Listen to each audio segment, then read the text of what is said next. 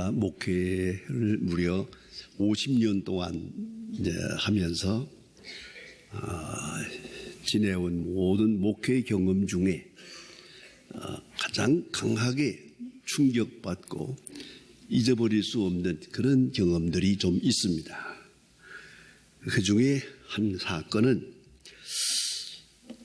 병원에 입원해 있는 분이 임종이 가까웠다고 급하게 좀 와주시소서 해서 밤중에 병원을 방문했던 그런 경험이 있습니다.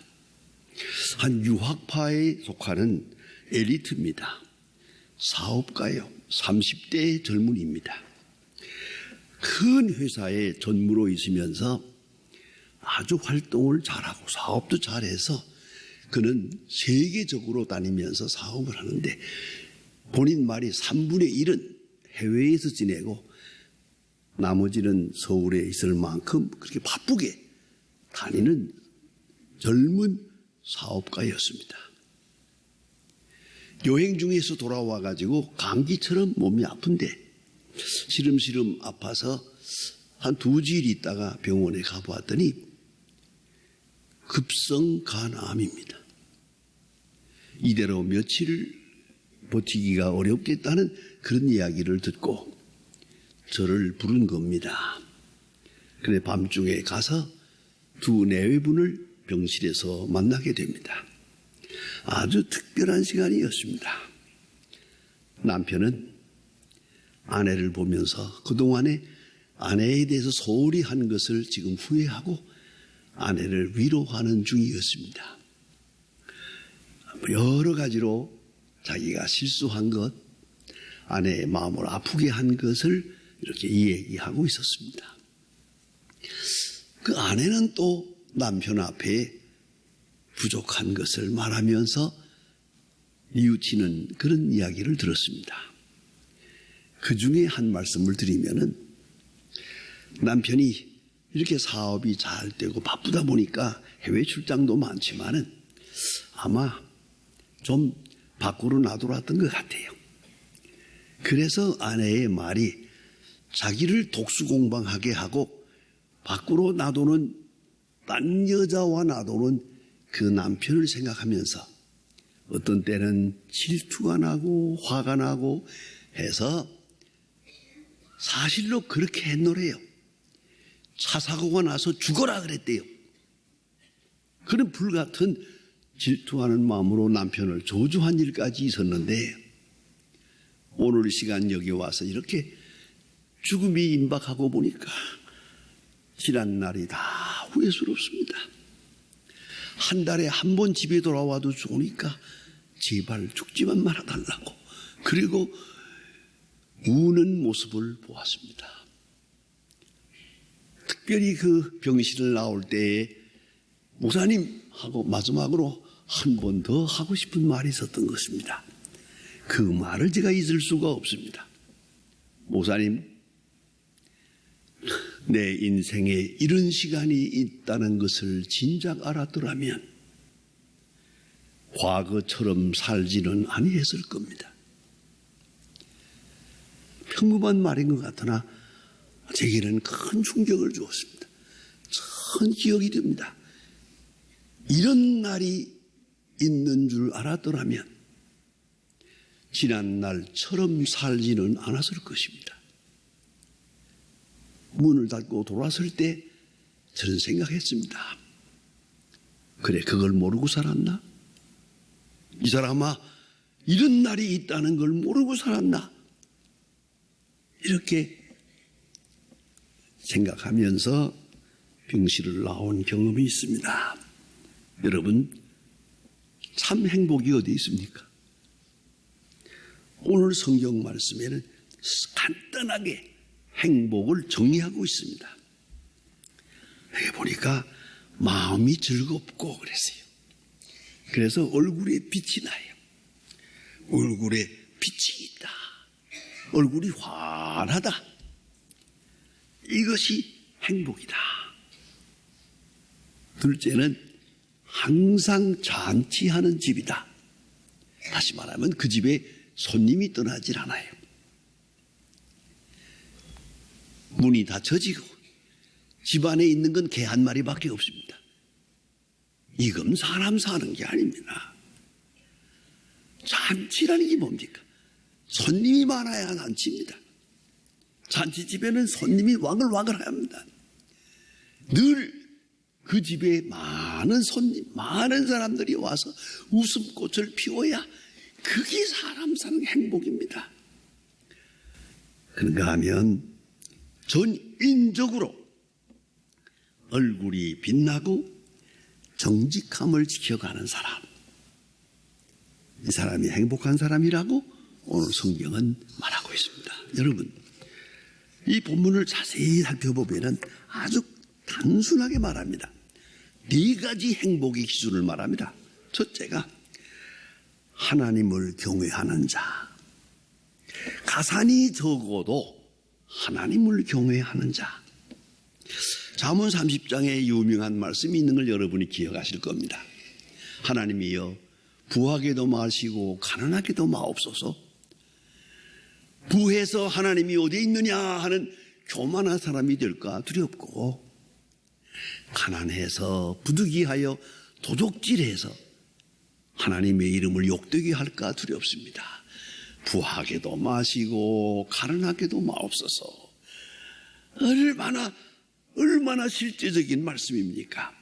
하나님을 경외하는 자, 가산이 적어도 하나님을 경외하는 자에게 복이 있다. 여러분, 잠언 다시 16장 1절 너무나 잘 아는 말씀입니다. 마음의 경영은 사람에게 있어도 말의 응답은 여호와께로 나느니라. 너의 행사를 여호와께 맡기라. 그에게 맡기면, 그리하면 모든 것이 형통하리라. 모든 것을 하나님께 맡기고 사는 사람, 그리고 그 걱정이 없는 사람, 그 심령이 자유로운 사람, 과거도 미래도 운명도 다 하나님께 맡기고 그리고 사는 사람이 행복한 사람이다. 특별히 잠언에서는 강조합니다. 여호와께서 온갖 것을 시음에 적당하게 지으셨나니 악인도 악한 날에 적당하게 지으셨느니라. 악인의 형통함을 부러워하지 마라. 악한 사람, 나쁜 사람, 잘못된 환경, 정치적인 문제, 여기에 시달릴 필요가 없어요. 역사의 주인은 하나님이시니까 악한 나로 악한 사람도 악한 날에 적당하게 지으셨느니라. 하나님이 다스리실 거예요. 합동하여 선을 이루실 거예요. 이 하나님의 경륜을 믿는 사람은 복된 사람입니다. 이 모든 일이 사람의 일이라고 생각하는 사람은 불행한 사람입니다. 너 때문이요 나 때문이라고 하는 사람도 불행한 사람입니다.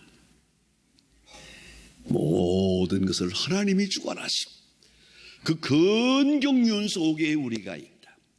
모든 운명을 하나님께 맡기고 사는 그 사람이 행복한 사람이다. 또한 두 번째는 서로 사랑하고 화목하는 사람. 성경은 구체적으로 말했습니다. 여간한 채소를 먹으며 음식이 변변치 못해도 서로 사랑하는 것이, 그게 복된 것이다. 그렇습니다. 기름진 음식이 문제가 아닙니다. 문전 옥탑이 문제가 아닙니다. 화목하는 것입니다. 형제의 화목이 없다면 그의 복은 그것입니다. 절대 행복할 수가 없는 겁니다. 이 할아버지가 제게 얘기해 준 옛날 얘기 중에 그런 아주 평범한 얘기가 있습니다. 어떤 아버지가 회갑이 됐습니다. 돈이 많은 집이라 많은 사람을 초대해가지고 회갑잔치를 굉장하게 하는데 이상하게 아버지의 얼굴은 편하질 않아요. 심지어는 가만히 앉았다가 눈에서 눈물이 흐르는 거예요. 그러니까 그 큰아들이 말합니다. 아버지, 슬퍼하지 마세요. 동생이 집을 나갔거든요. 형하고 싸우고 나갔거든요. 물론 동생이 잘못한 거예요. 네, 나갔는데 혹시나 회갑 날은 돌아올까 또 기다렸는데 아무리 기다려도 이 아들이 돌아오질 않아요. 그래서 아버지가 쓸쓸해하는 것을 알고 큰아들은 위로합니다. 아버지, 그 못난 아들 잊어버리세요.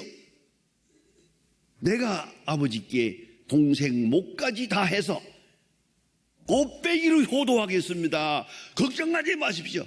해도 아버지는 여전히 눈물을 흘리고 있었다. 이것이 아버지의 마음이야. 내게는 나쁜 동생이지만 내게는 소중한 아들이야. 그 동생이 여기에 있지 않는 한 이 잔치는 아무 소용이 없고, 내가 어떤 말로 나를 위로해도 그 위로는 내게 위로되지 않는다. 회감날 계속 손님을 앞에 놓고 눈물을 흘리는 아버지가 있었다. 여러분, 화목이 중요합니다. 화평하지 않으면 안 됩니다. 화평함이 없이는 하나님을 보지 못하리라. 화평함이 없이는 행복은 없는 겁니다. 음식은 변변치 못해도 말입니다. 서로 화목하면 그것이 복입니다. 저는 얼마 전에 어떤 80생일 맞은 분을 생일잔치에 가봤습니다. 근데 그 80생일을 맞는 그분은 형제가 넷입니다. 근데 형제간에 불화해서 80잔치를 굉장하게 하는데 형제가 한 사람도 그 자리에 없습니다. 모든 손님들이 다 한마디씩 했습니다. 이러려면 왜 잔치를 하나? 잔치를 나오면서 다 한마디씩 했습니다. 화평이 없는 잔치, 그 무슨 소용이 있는 겁니까? 이걸 잊지 말아야 합니다. 이유를 묻지 마세요. 화평이 없이는 절대로 행복하지 못하다는 것. 그리고 나아가서 오늘 설말합니다. 인격의 완성도를 말하고 있습니다. 노하기를 더디하는 자, 감정을 다스릴 줄 알아야 합니다. 아주 사람이 나이는 먹으는데 쉬웠지 않아가지고 아직도 자기 감정을 지배하지 못해서 제멋대로 말해놓고는 후회하고 아무대로 소리 질러놓고는 두고두고 후회합니다. 이 정도면 행복한 사람이 아닙니다. 인격의 완성도. 오늘 성경은 이렇게도 말합니다. 노하기를 더디하는 자. 노하지 않는다는 게 아니에요. 노할 수도 있지만은 더디하는 자. 잠깐 멈추어요. 즉석에서 분노하는 게 아니야. 적어도 생각해보고 기도해보고 노하기를 조금 더디할 수만 있어도 죽을 사람을 살릴 수 있습니다. 이 분노를 다스린다는 것, 얼마나 귀중한 인격의 성숙입니까? 자기 마음을 자기가 다스릴 줄 아는 사람. 그리해서 모든 행위에 후회가 없어요. 다 잘했고요, 잘했다 싶어요. 이러한 인격의 완성도, 그게 복된 사람이라고요. 그리고 자기 정직함을 지킬 줄 아는 사람입니다. 세상이 변한다고 내 마음 변하지 않아요. 세상 사람들이 내게 달리 대했다고 내 정직함을 굽히지 않아요. 어떤 손해를 치르더라도, 어떤 억울함을 듣더라도 내 인격의 정직함은 내가 지키는 거예요. 하나님 앞에. 그 사람만이 행복한 사람이라고 말합니다. 본문의 깊은 뜻은 너무나 깊으면서도 가장 단순하기도 하고 실제적입니다. 신앙적 가치관, 부가 아닌 화목, 물질의 풍요가 아닌 마음의 평안, 신앙적 경건한 가치관을 우리에게 설명해 주고 있습니다. 그래서 비록 채소를 먹고 비록 가난하고 어렵게 사는 것처럼 보이지만 그 얼굴에는 빛이 있고 그 마음에는 항상 잔치하는 마음이 있더라고요. 잔치하는 마음이. 많은 사람을 반기고 많은 사람이 찾아오고 많은 사람 속에서 마음껏 즐길 수 있는 그런 잔치하는 마음. 행복한 사람이라고요. 저는 언젠가 한번 특별한 행복을 공유해 본 일이 있습니다. 여러 해 전에 몽골에 우리 교회 집사님들 의사들이 많으니까 한번 몽골에 의료 선교 간다고 해서 늘 가는 줄은 알았지만 제가 직접 한번 따라가 보았습니다. 몽골에. 그때 몽골 사람들 참 어렵게 살았어요. 이거 환자가 얼마나 많은지. 초등학교를 빌려가지고 병원을 만들어가지고 많은 환자를 봤는데 아침부터 줄 서가지고 환자들이 쭉 줄 서가지고 받고 있어요. 의사 선생님들이 나가서 수고하면서 여기 내과, 외과, 치과, 안과 해서 이렇게 여러 나누어가지고 환자들을 치료하는 장면이 제가 한번 나가서 잠깐 보았습니다. 보고 깜짝 놀랐습니다. 참 의사 선생님들 수고하대요. 이거는 돈 벌라고 할 일은 아니더만요. 더구나 그 몽골 사람들요 1년 내내 목욕을 안 하거든요. 이런 분들이 와서 떡 앉았는데 치료하는 자리 옆에 가보니까요 얼마나 냄새가 나는지 나는 도대체가 고개를 들 수가 없어요. 너무 썩은 냄새가 났습니다. 그런 환자들을 계속 하루 종일 치료합니다.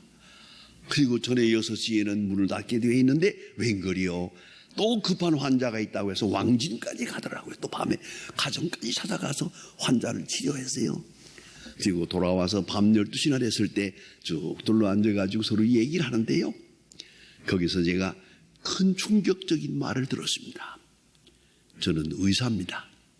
의과대학에 들어가서 좋은 마음으로 봉사하겠다고 의사가 됐지만은 의사라는 직업이 묘해서 말이에요. 진찰 할 때 돈 계산을 한다는 거예요. 요 이빨을 뽑으면 얼마고 놔두면 얼마고 요 배를 한번 째면 얼마고 놔두면 얼마고 돈 계산을 하고 이거 하다 보고 또 뒤에 원장 선생님이 경영 때문에 자꾸 이렇게 쪼이고 하니까 내가 지금 돈 버는 기계인지 환자를 치료하는지 아니송하대요. 헷갈린대요. 그러다가 어떤 때는 내가 왜 의사가 됐나 그런 생각까지 한대요. 그런데 여기 와서 무상으로 이 사람들을 돌보면서 이렇게 말하더만요. 내가 왜 의사가 되었는지 내가 이제서 알 것 같습니다. 의사가 되어서 삶의 최고의 행복을 여기서 느꼈습니다. 정말 가슴 뜨거운 얘기입니다. 참으로 사랑할 때, 사랑을 실천할 때 내가 왜 세상에 태어났는가 이제 알만하다는 거죠. 행복의 극치를 경험했다고 하는 겁니다. 여러분, 이제 며칠 있으면 추석이 됩니다. 추석도 그렇게 외롭게 골방에서 지내지 마시고 무언가 깊이 생각하십시오. 그리고 하나님을 경외하는 신앙을 바로잡고 사랑하고 화목하고 용서하고 잔치하는 마음. 잔치집에는 손님이 많아야 되는 거예요. 손님이 아무나 오란다고 옵니까? 손님이 올 수 있는 그런 분위기, 그리고 얼굴빛이 환하게 얼굴이 빛난다고 했어요. 빛난 그런 행복된 추석이 되고 다시 한번 복의 높은 차원의 복을 경험할 수 있는 그런 계기가 되기를 바랍니다.